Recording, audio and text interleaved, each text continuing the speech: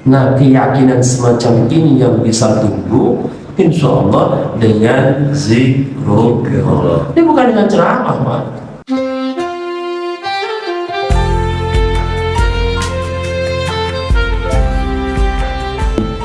Alhamdulillahilladzi an'ama alaina bi ni'matil iman wal islam wal ihsan.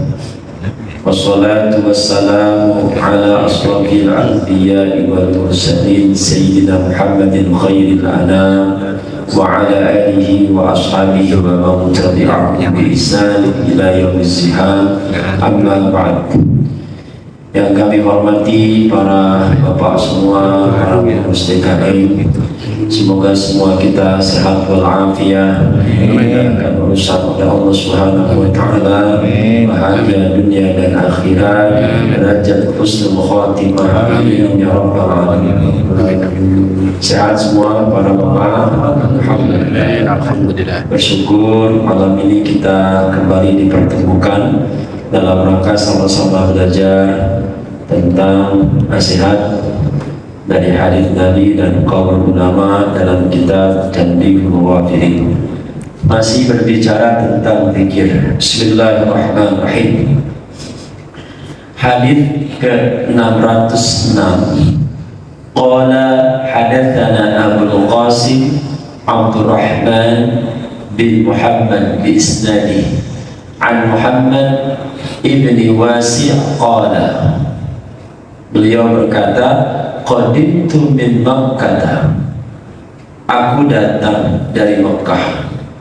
Falaqaitu akhan Salim ibni Abdullah, aku berjumpa dengan saudara yang bernama Salim bin Abdullah.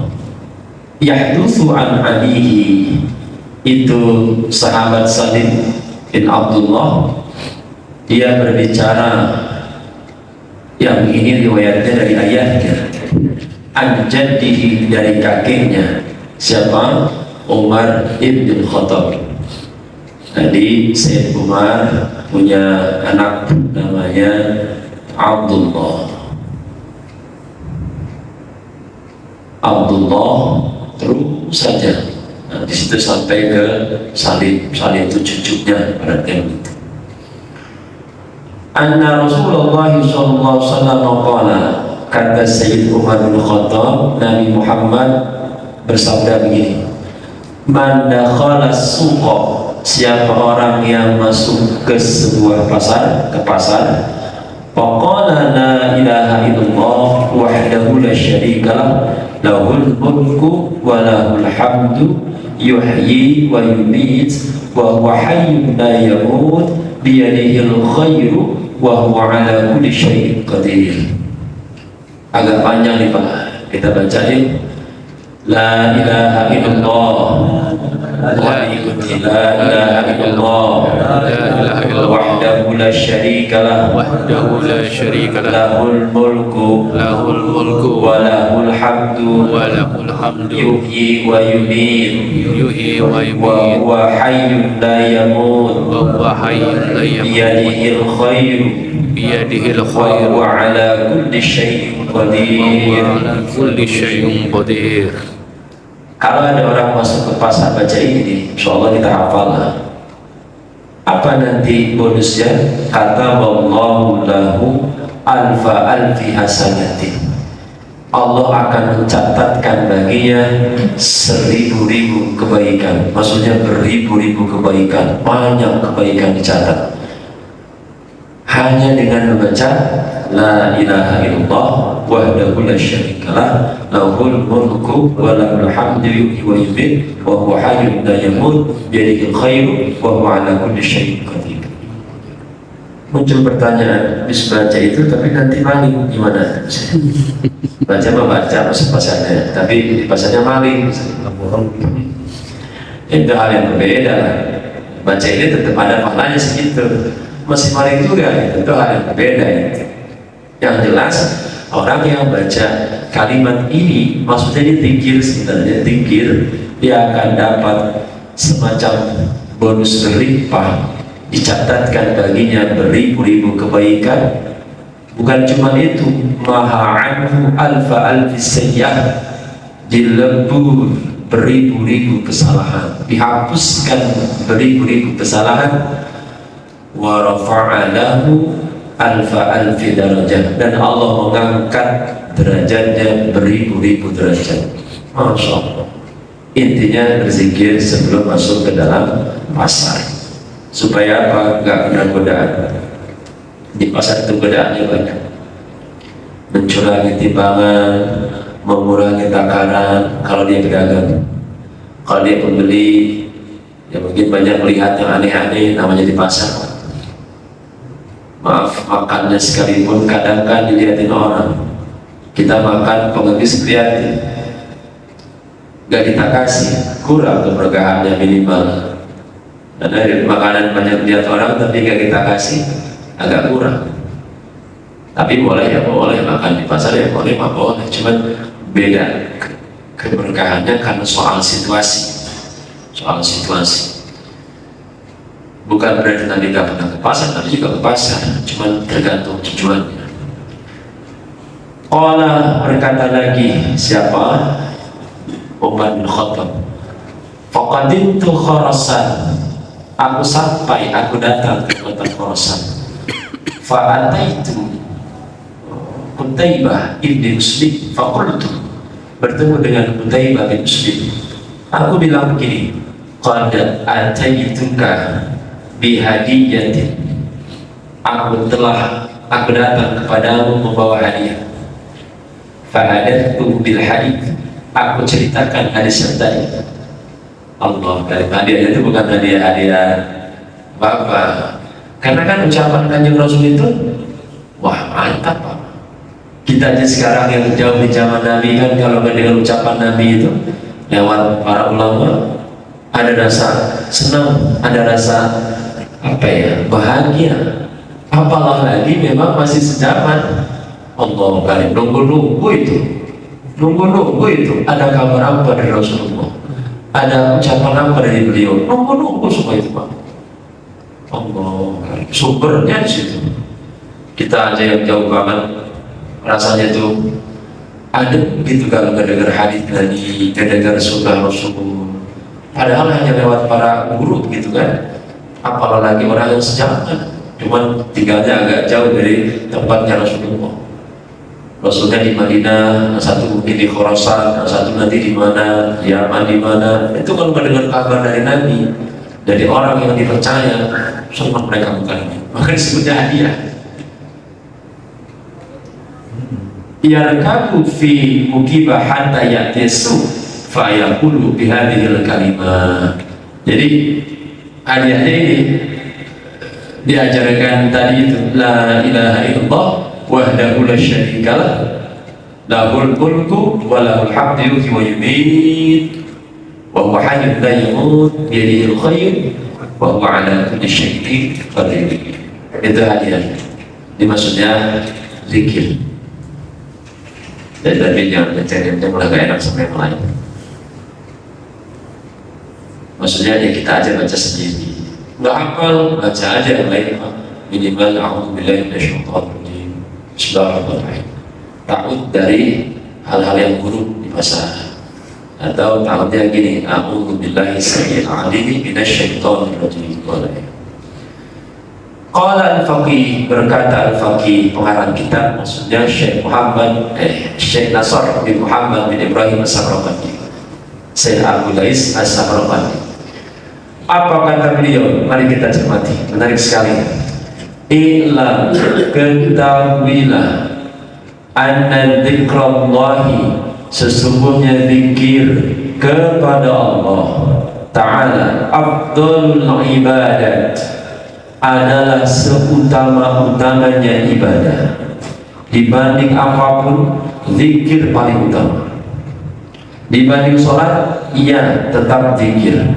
Dibanding saum Ramadan, iya tetap zikir. Tetap zikir. Kok bisa begitu? Dijawab oleh beliau, li'annallaha, karena sesungguhnya Allah Ta'ala ja'ala lisairil ibadati miqdaran, wa ja'ala laha awqatan, karena sesungguhnya Allah menjadikan ibadah-ibadah yang lainnya selain zikir miqdaron, ada takarannya. Wa ja'ala laha awqatan, ada waktu-waktunya. Kapan kita sholat fardu? Zuhur, terus nanti asar, terus maghrib, ada waktu-waktunya dan ada takarannya. Berapa sholat zuhur? 4 rakaat. Berapa asar? 4, dan seterusnya. Puasa Ramadan ada takarannya, 30 hari, 29 hari, atau waktunya pun cuma sampai maghrib, dari subuh, ada takarannya. Ibadah haji ada takarannya, umroh ada takarannya. Walam yaj'al li dzikrillahi ta'ala miqdaran wala waqtan, tetapi Allah tidak menjadikan takaran dan waktu untuk zikir. Kalau zikir nggak ada takarannya, bebas sebanyak-banyaknya, zahiran wa batinan, silakan. Tapi saya lihat orang mulutnya jarang berzikir, katanya nggak ada takarannya. Bisa jadi mulutnya jarang zikir, tapi kalau punya berzikir sepanjang detik bisa jadi. Cuma kita aja nggak paham, nggak tahu. Terus kapanpun boleh. Saya kasih contoh. Sholat sunnah atau sholat yang punya sabab mutaakhir, ba'da asar, ba'da subuh, atau ketika matahari persis di tengah-tengah atas itu haram, namanya makruh tahrim dalam kitab Fathul Mu'in. Jadi dia makruh tapi sudah dekat ke haram. Ujung-ujung kita sholat sunnah ba'da asar, nggak boleh haram. Ujung-ujung sholat sunnah ba'da subuh, nggak bisa haram. Tadi pertanyaannya, zikir boleh habis subuh? Boleh. Boleh. Habis asar jadi? Jadi. Gak ada larangan di zikir itu. Tadi saya harus sampaikan, yang disebut dilarang sholat sunnah ba'da asar atau ba'da subuh itu kalau sholat sunnah yang memiliki sabab mutaakhir. Contohnya sholat sunnah safar. Kapan safarnya? Kapan perjalanannya? Belum kan?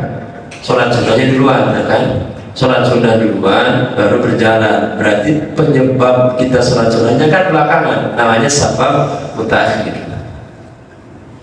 Sholat istikharah nggak boleh, yang kita inginkan aja kan masih di depan, belum tercapai.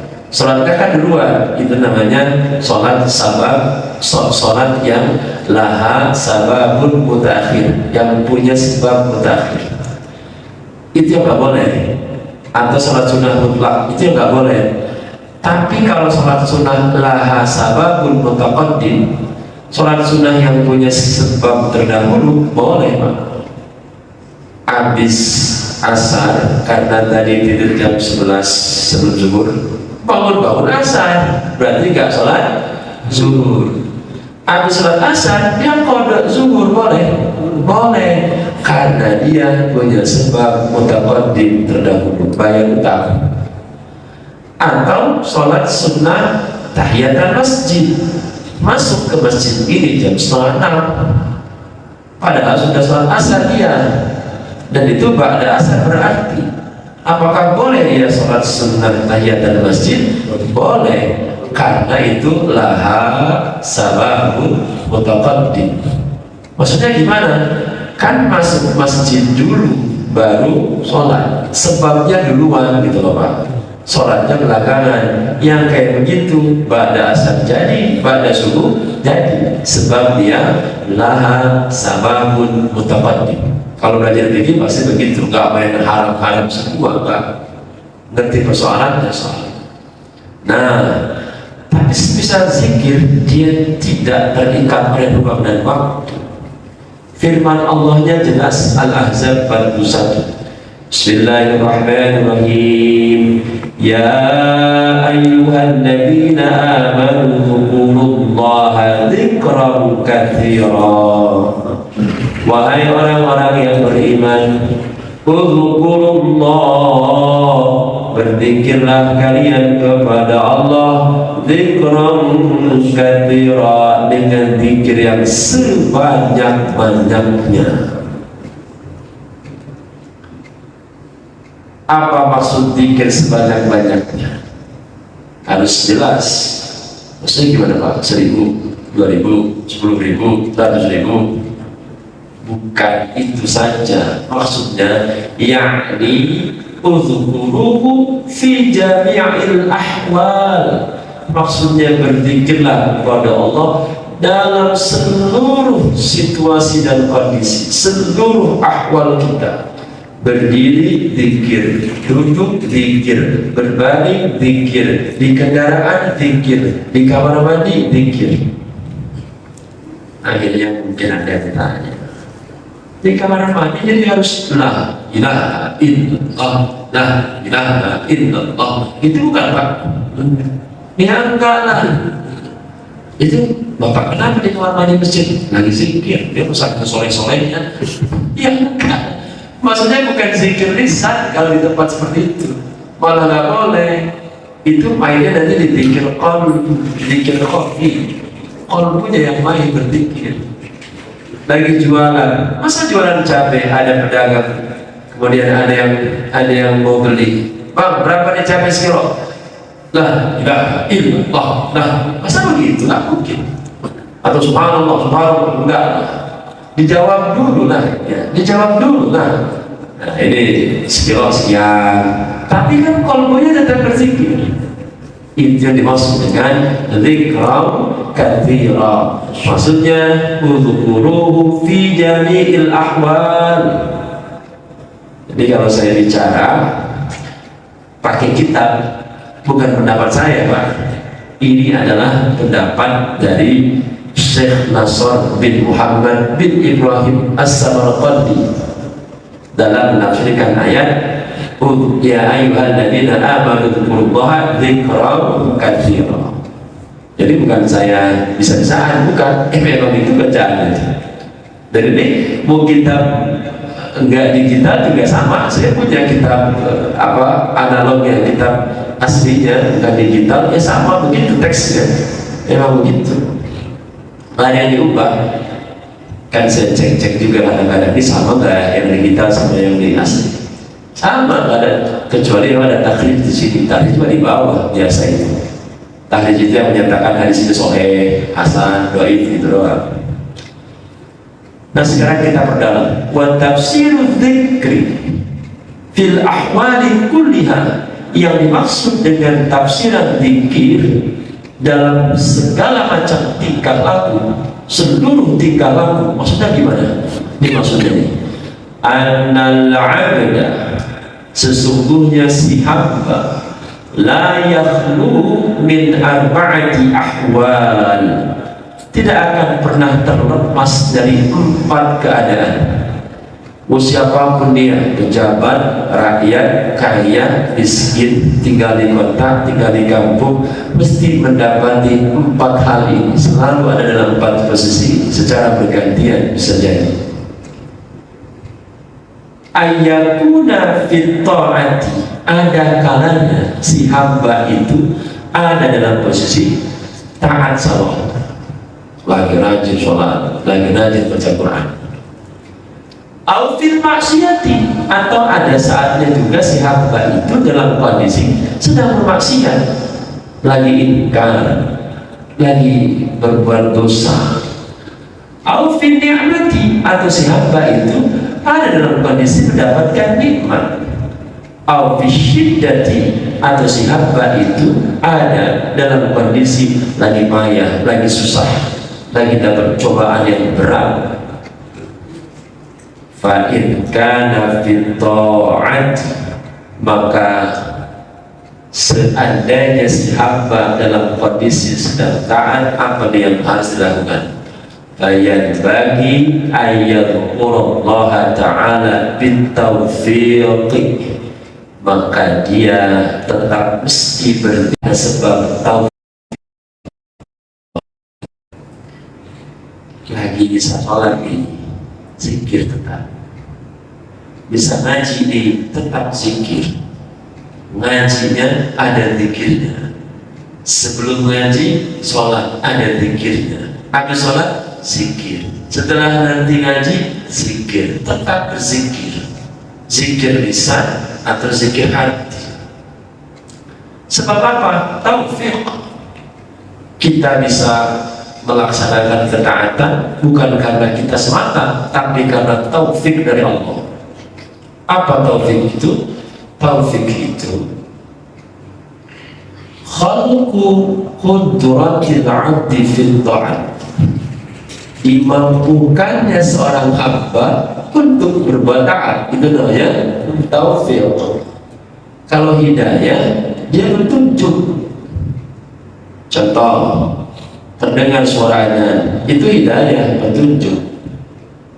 Tapi dia tidak bisa melakukan sholat, nggak mampu, berarti dia belum dapat taufik. Hidayahnya dapat, tapi taufiknya belum. Masuk Islam itu hidayah, tapi nggak mau sholatnya, nggak mau baca Qurannya, nggak mau zakatnya, berarti dalam sisi itu dia belum dapat taufik. Itulah beda antara taufik dan hidayah. Pengertian ini pengertian dari para ulama yang teruji. Baik, bagaimana kalau sedang dalam kondisi taat tetap berzikir kepada Allah karena Allah menganugerahkan taufik. Ini ada salah tulis di taufik mestinya, tidak ada kop lagi. Wa yas'aluhu al-qabula, dan dia meminta kepada Allah agar diterima ketaatan itu. Kan kita nggak paham taat kita diterima atau tidak, maka mintalah supaya mudah-mudahan diterima. Amin ya Rabbal. Seperti malam ini, mudah-mudahan kita ngaji ibadah ini diterima. Amin ya Rabbal. Wa in kana fil maksiyati, dan seandainya si hamba itu ada dalam kondisi maksiat, keadaan maksiat, fayad bagi ayyadahu Allah bil imtina'i, maka hendaknya dia memohon kepada Allah supaya dihentikan, jangan maksiat buruk gitu. Bahaya penting maksiat, tapi tetap ada semacam penyesalan. Orang maksiat ini, terus dia nyesel, ada peluang berhenti. Tapi kalau dia maksiat, apa namanya, malah gembira, itu agak susah buat berhenti. Dipamer-pamerkan di depan orang banyak, padahal dia maksiat, agak-agak susah.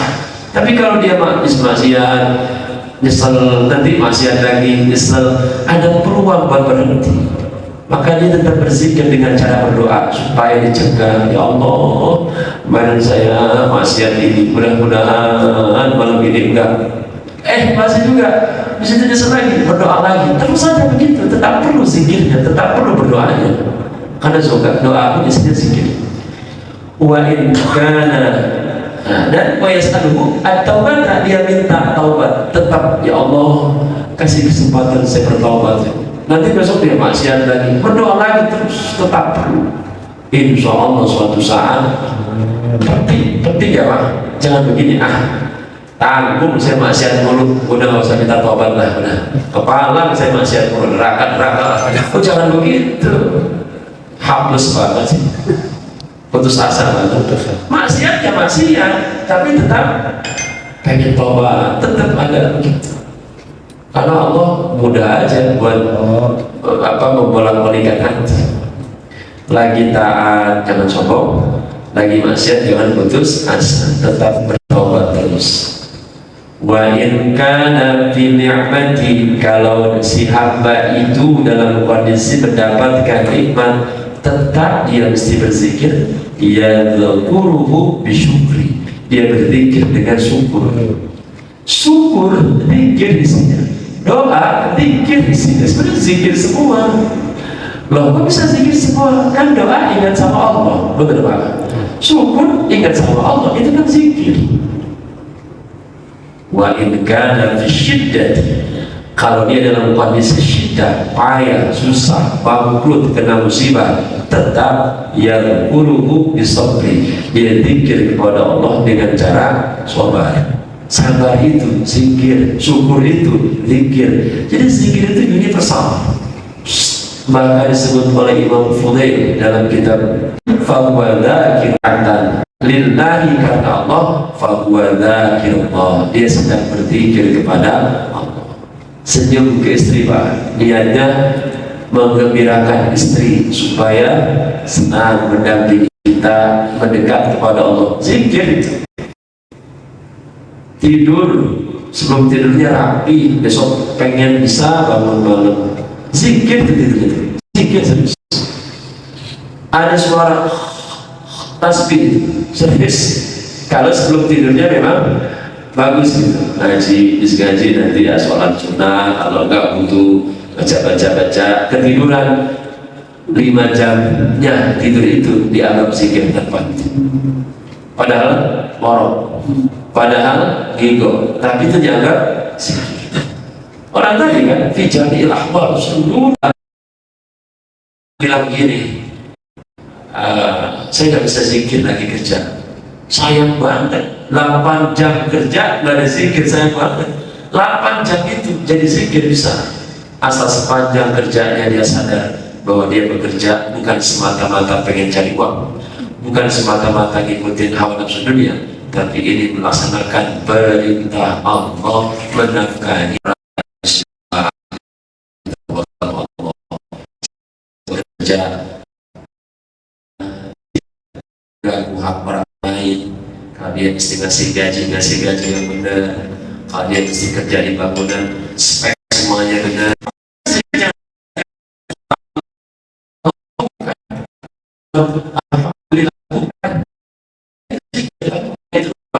Zikir itu universal, sangat umum, mendarah daging.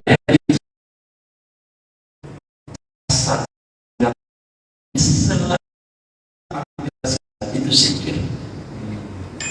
Maksudnya saya zikir, masalahnya zikir, zikir. Kalau ada orang ngomong zikir, ya dia sedang ngomong zikir. Salah lain kayak gitu mah.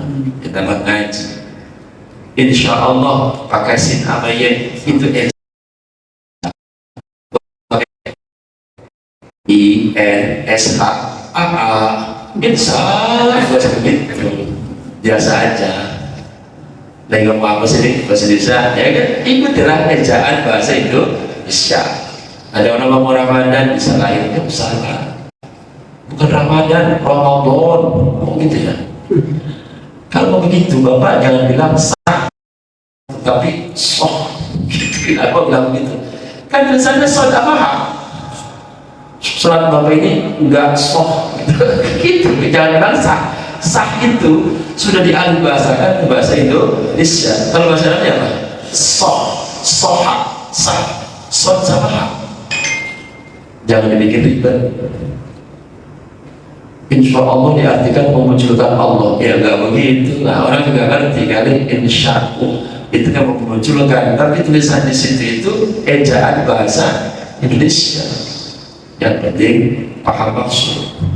Maaf saya nyimpang dikit ke situ, karena orang sekarang kadang-kadang mempersoalkan sesuatu yang tidak perlu dipersoalkan.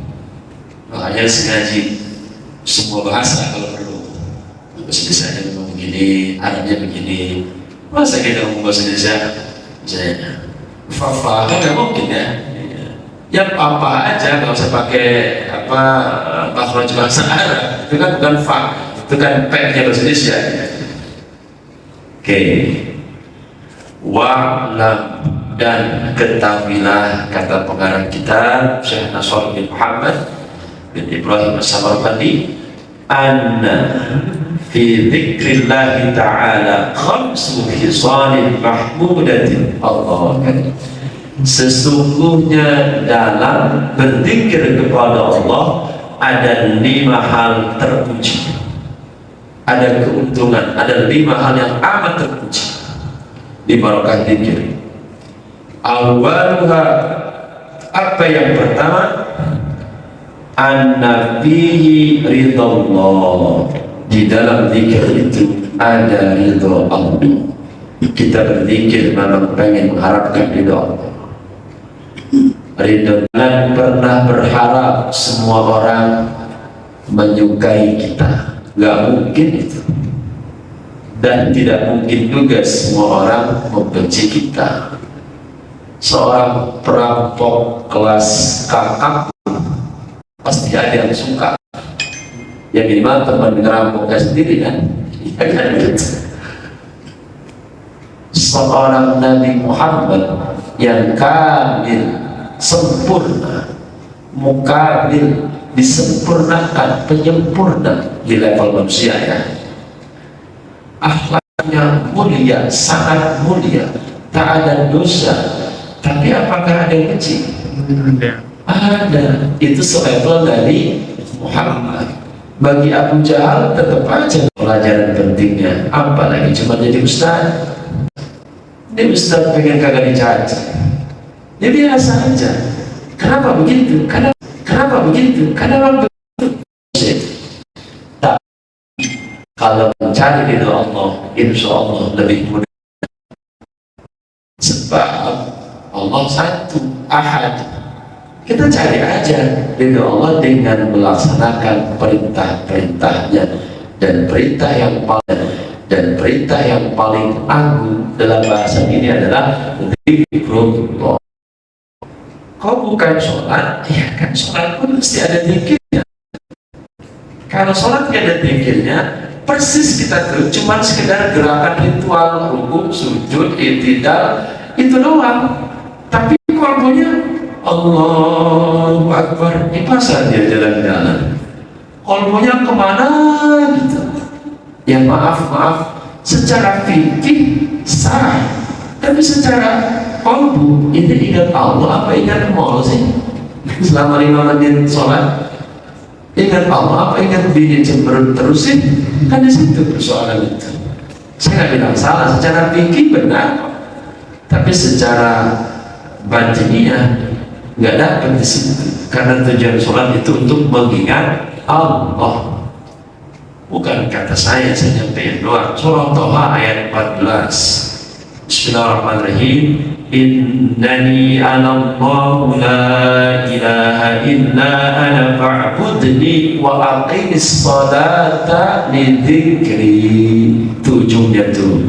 Wa aqimis salata li dzikri. Dan dirikanlah sholat untuk mengingatku, untuk berzikir sholat itu. Kalau Allah sudah ridho Bapak, insya Allah semuanya akan jadi nikmat. Amin. Coba ini kita di masjid nikmat kan? Nikmat. Hujan tadi kan ada di masjid. Terlepas habis di ngopi apa enggak, pokoknya nikmat ya kan? Nikmat. Pulang ke rumah, enak kita belajar, insya Allah diridai oleh Allah Subhanahu wa Ta'ala. Watani yang kedua, annahu yazidu fil hirsi ala ta'at. Zikir itu semacam apa ya, suplemen ya, vitamin. Makin banyak zikir, makin apa, ada rasa ingin berbuat taat kepada Allah, makin termotivasi taat kepada Allah. Apa sebab? Ya logisnya gini, orang banyak ingat Allah, ya pasti kan karena dia ingat Allah, dia pengen dong melaksanakan perintah-perintah Allah, mau dong ninggalin larangan-larangan Allah. Kan begitu kan konsekuensinya. Kayak kita suka ke seseorang, suka ngefans gitulah, apa misalnya musibah gini, apa sebab? Ada masalah, bagus. Kalau kita banyak ingat sama Allah, Allah bilang sholat subuh, sholat kita, padahal capek, padahal tidurnya kurang, tapi dorongan rasa cinta itu, zikir yang berulang-ulang itu, mau kita. Makanya dalam zikir itu menyimpan motivasi untuk terus melakukan ketaatan. Amin. Tapi zikirnya zikir yang mana nih? Zikirnya bukan cuma zikir lisan, zikir yang tembus ke qalbu. Zikir lisan bagus, tapi penopang Yang kedua, makanya jangan heran kalau orang makin zikir makin sayang istri sendiri Pak ya, awas hati-hati orang yang lagi cerita gitu.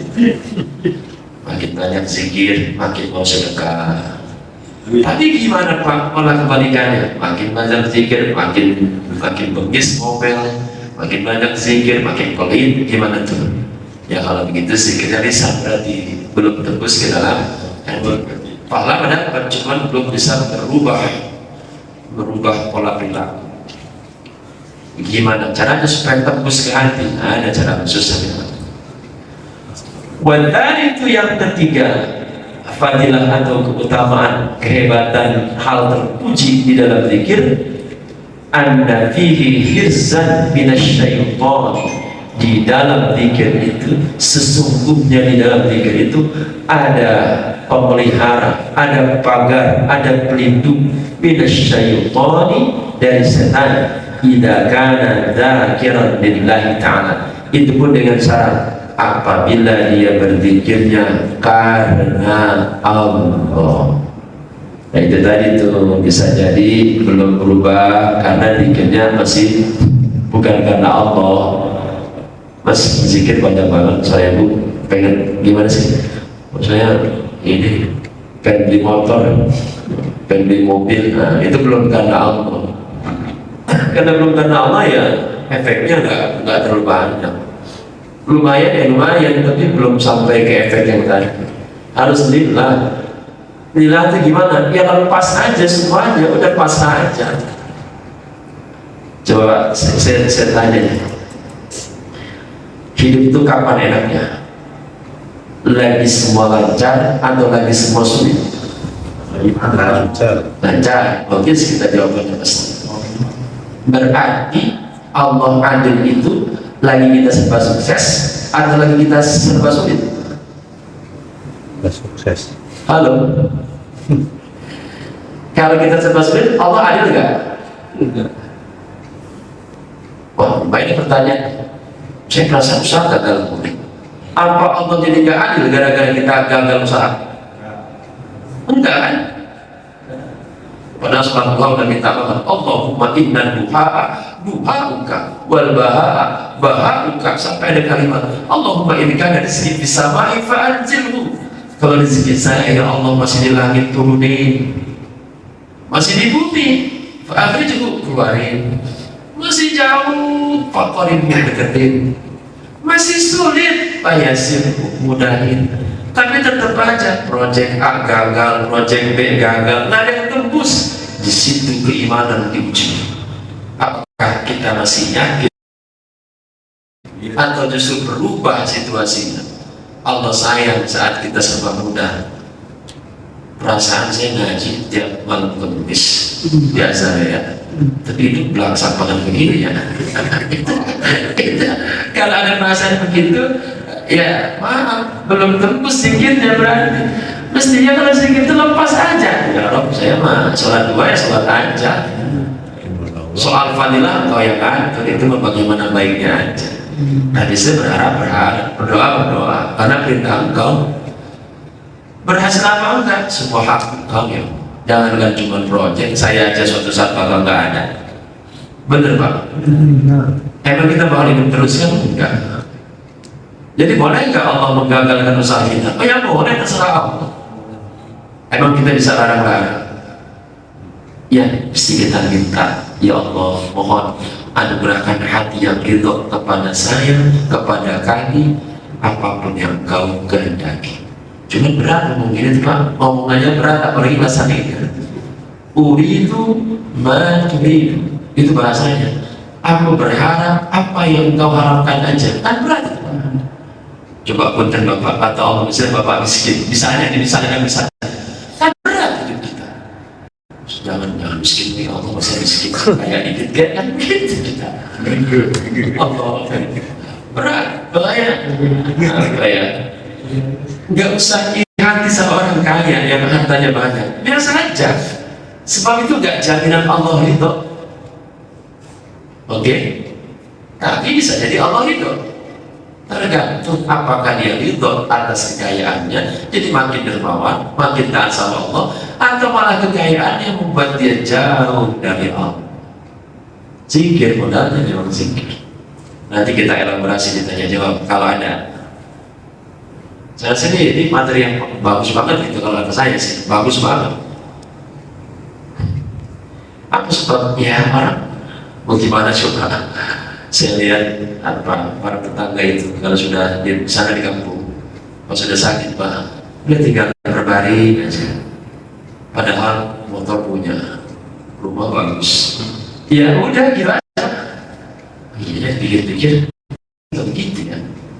Terus yang selalu dicari-cari apa ya? Jaga hampa gitu. Kalau saya yakin hampa, nggak bernilai itu. Dia seperti nggak punya visi hidup. Visi saya mendapatkan ridho Allah. Visinya pengen dapat subhanallah. Baik, nggak apa-apa Pak. Matanya hadis ya.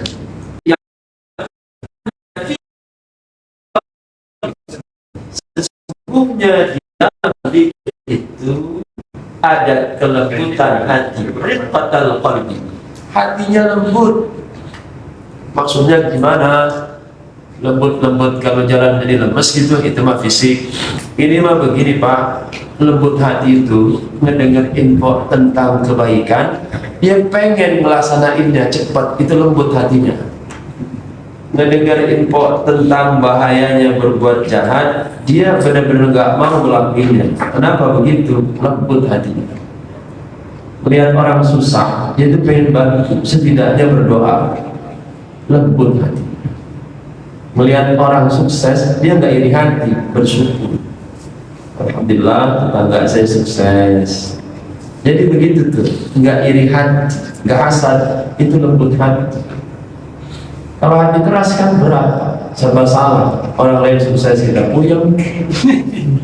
Karena padahal orang yang sukses kita yang puyeng. Pikir-pikir, orang yang beli mobil dia bangun jam 2. Bukan tahajud, ngelamun.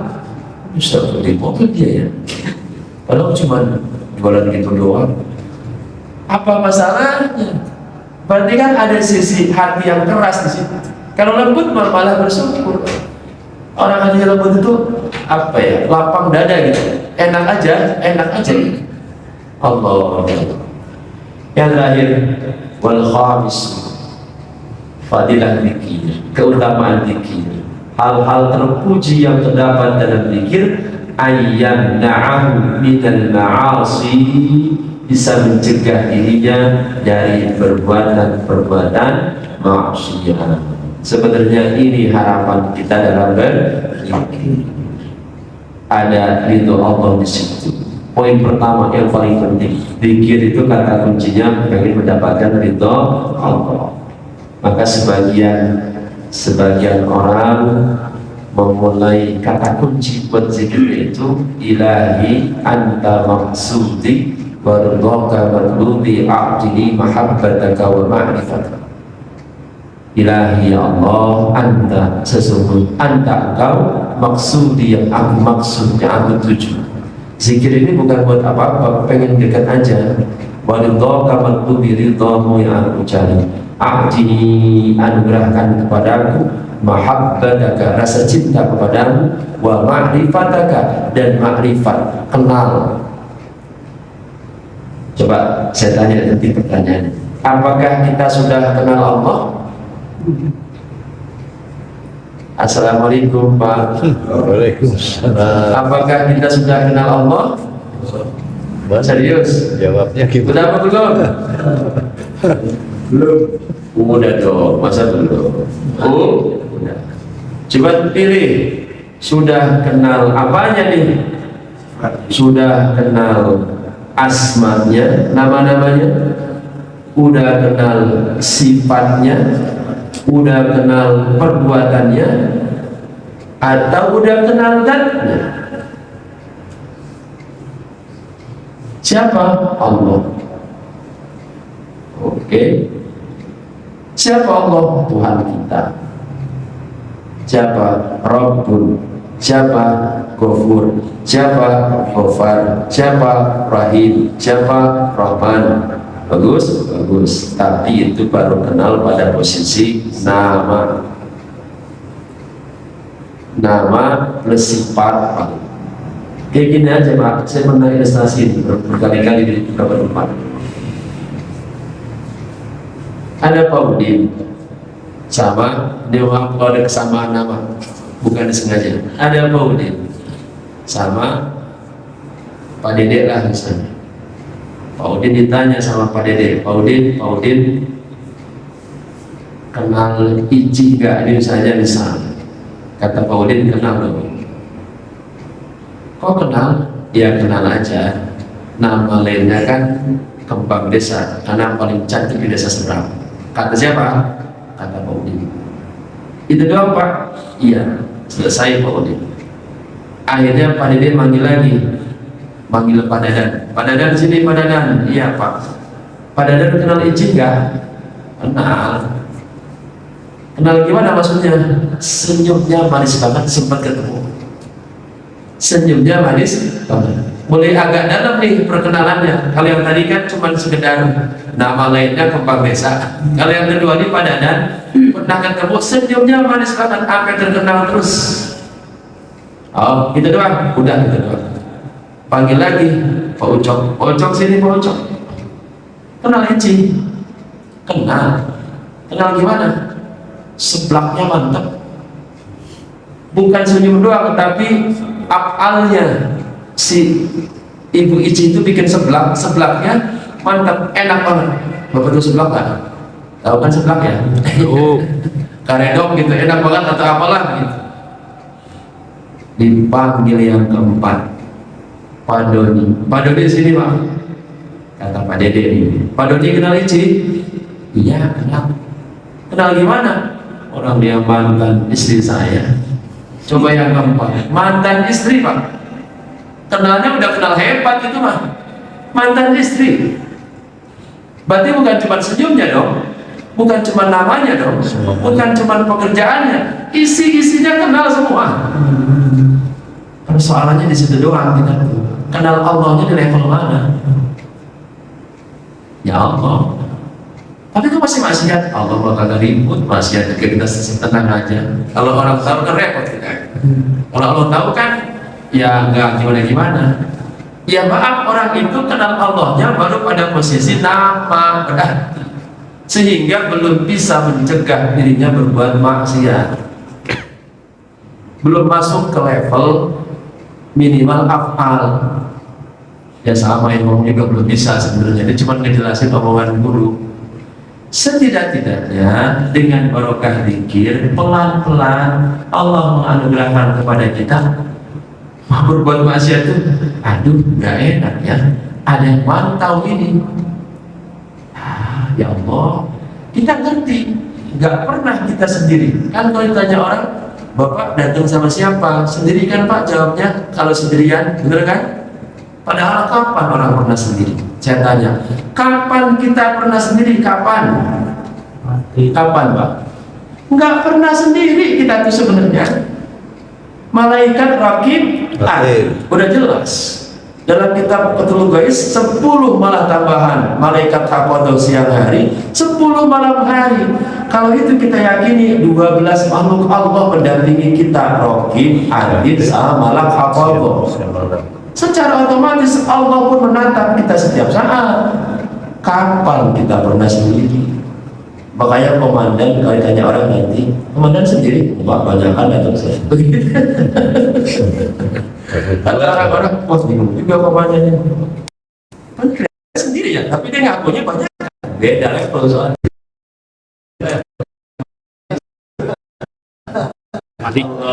Wah, ini gawat nih alamnya. Tapi kalau dipikir-pikir kan, emang kapan kita pernah sendiri? Katanya asyhadu an la ilaha illallah wa asyhadu anna muhammadar. Kapan kita pernah sendiri? Nggak pernah sebenarnya. Dalam kamar Pak, nggak ada istri, nggak ada anak, saya sendiri doang. Emang Allah nggak lihat kita di kamar? Kan udah ngelihat. Emang rakib anti terhalang gitu oleh dinding apa tuh rumah gitu? Kan enggak. Nah, keyakinan semacam ini yang bisa tumbuh insya Allah dengan zikrullah. Ini bukan dengan ceramah, Pak. Bukan dengan pengetahuan, tapi dengan zikir. Karena zikir punya rasa. Orang pintar di kita itu banyak, tapi orang yang empati, yang punya rasa itu jarang. Melihat masjid kotor, sekali ngelihat nggak bisa begini. Tapi dia tinggalin doang. Cuma ngomong nggak bisa doang, udah gitu. Berarti belum masuk ke level klik rasa, baru level ya simpati lah itu. Bapak anu sakit, iya, ya udah dia sakit, semoga lekas sembuh. Ya bagus. Cuman belum tembus ke level yang jauhnya lagi. Allah, Islam itu mestinya bangkit memang. Tapi ini nggak bisa sendiri, harus bareng-bareng. Begitu melihat masjid, apa ini hebat. Ini ketahuan penghuninya ini orang-orang yang punya rasa semua. Ketahuan pas masuk mungkin gerah kali, AC muncul kan, punya rasa kita semua. Bener nggak? Ketahuan dingin keliling karpet muncul, ya kan? Ketahuan kurang bagus nih atasnya, nggak estetik, diubah. Berarti kan semua punya rasa. Sesederhana itulah sebenarnya cara kita memahami bagaimana orang mengenal Allah. Jangan dibuat rumit gitu. Kita aja contoh-contohnya. Tapi saya nggak bilang salah ya. Saya bilang salah. Orang memang punya step masing-masing. Jangan disalahkan. Baru kenal nama sih, oh ya nggak begitu. Udah bagus kenal nama. Tinggal dilanjutkan. Baru kenal afal sih, udah bagus itu. Tinggal dilanjutkan. Ma'rifatul dan itu susah, siapapun sulit. Ma'rifatul dan itu dia merasa diawasi, bahkan merasa melihat Allah dimanapun. Itu susah banget itu, susah. Yang ngomong nggak bisa, belum bisa, bukan nggak bisa, belum bisa. Mudah-mudahan suatu saat kita bisa. Amin. Belum bisa. Yang minimal kita tahu sifat Ar-Rahman, Allah itu Maha Pengasih. Oh, kenapa dia nggak sholat tapi kaya? Wajar, Allah Ar-Rahman. Begitu. Kan Allah Ar-Rahman nggak milih-milih, mau sholat mau enggak, tetap dikasih. Oh, kenapa dia kelihatannya kaya raya, sukses padahal nggak pernah ibadah? Nggak apa-apa. Memang Allah tak pernah milih kasih. Kalau mau ngasih ke siapapun. Minimal ada kesadaran di situ. Akhirnya kan nggak hasad kita. Gitu kan, barokah zikir. Teorinya begitu. Wallahu a'lam bishawab. Saya rasa bahasan kita di kesempatan malam ini sampai sini saja, karena kita insya Allah akan masuk ke bab baru, babud doa. Insya Allah di pertemuan 3 tadi ya, 3 dan 4. Insya Allah semoga semuanya sehat, berkah dalam taat, dosa-dosa kita diampuni. Ada pertanyaan mungkin atau tidak secukup? Mungkin saya nggak rehat ya, karena saya mau ke pesantren yang kedua lagi ke Iyata. Nggak ada? Cukup ya? Kayaknya udah rasa semua yang main di sini dia. Jadi nggak ada pertanyaan. Jadi tanya kita lagi dengan komandan udah rasanya luar biasa. Rasa kopi, rasa teh. Jadi modenya mode ngopi pagi hari dah, disuruh nikmati gitu dah. Allahu Akbar. Bismillahirrahmanirrahim. Alhamdulillahirabbil alamin. Allahumma shalli ala sayyidina Muhammad wa ala ali sayyidina Muhammad. Salatan tudina biha min jami'il aqwali wal afat, wa tuqdina biha jami'al hajat, wa tutahhiruna biha min jami'is sayyi'at, wa tu'minu biha innaka 'ala al-jannah, wa tuballighuna biha aqsal ya min jami'il khairat wa hayati wa ma'al. Allahumma ighfir lana dhunubana wa liwalidina wa limashayikhina wa li jami'il muslimina wal muslimat wal mu'minin الأحياء اللهم إنا نسألك علما نافعا وعملا متقبلا ورزقا حلالا طيبا مباركا فيه ربنا آتنا في الدنيا حسنة وفي الآخرة حسنة وقنا عذاب النار وصلى الله على سيدنا محمد وعلى آله وصحبه وسلم والحمد لله رب العالمين. السر الفاتحة. الحمد لله رب العالمين مالك يوم الدين إياك نعبد وإياك نستعين اهدنا الصراط المستقيم صراط الذين أنعمت عليهم غير المغضوب عليهم ولا الضالين. Terima kasih, mohon maaf. Wassalamualaikum warahmatullahi wabarakatuh. Waalaikumsalam warahmatullahi wabarakatuh.